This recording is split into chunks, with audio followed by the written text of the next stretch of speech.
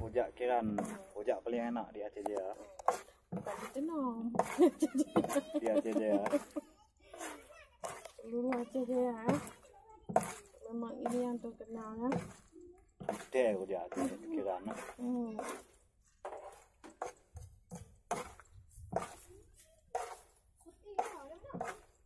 Apa wow. Rujak paling enak di Aceh Jaya inilah ya, nanti datang ke sini ya, nyobain ya.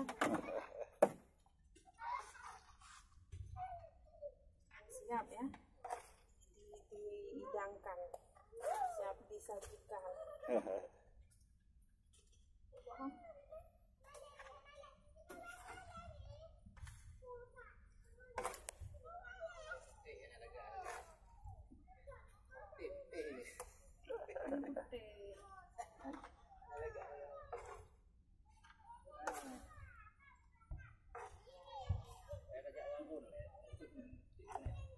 Wagon lư là gà đi.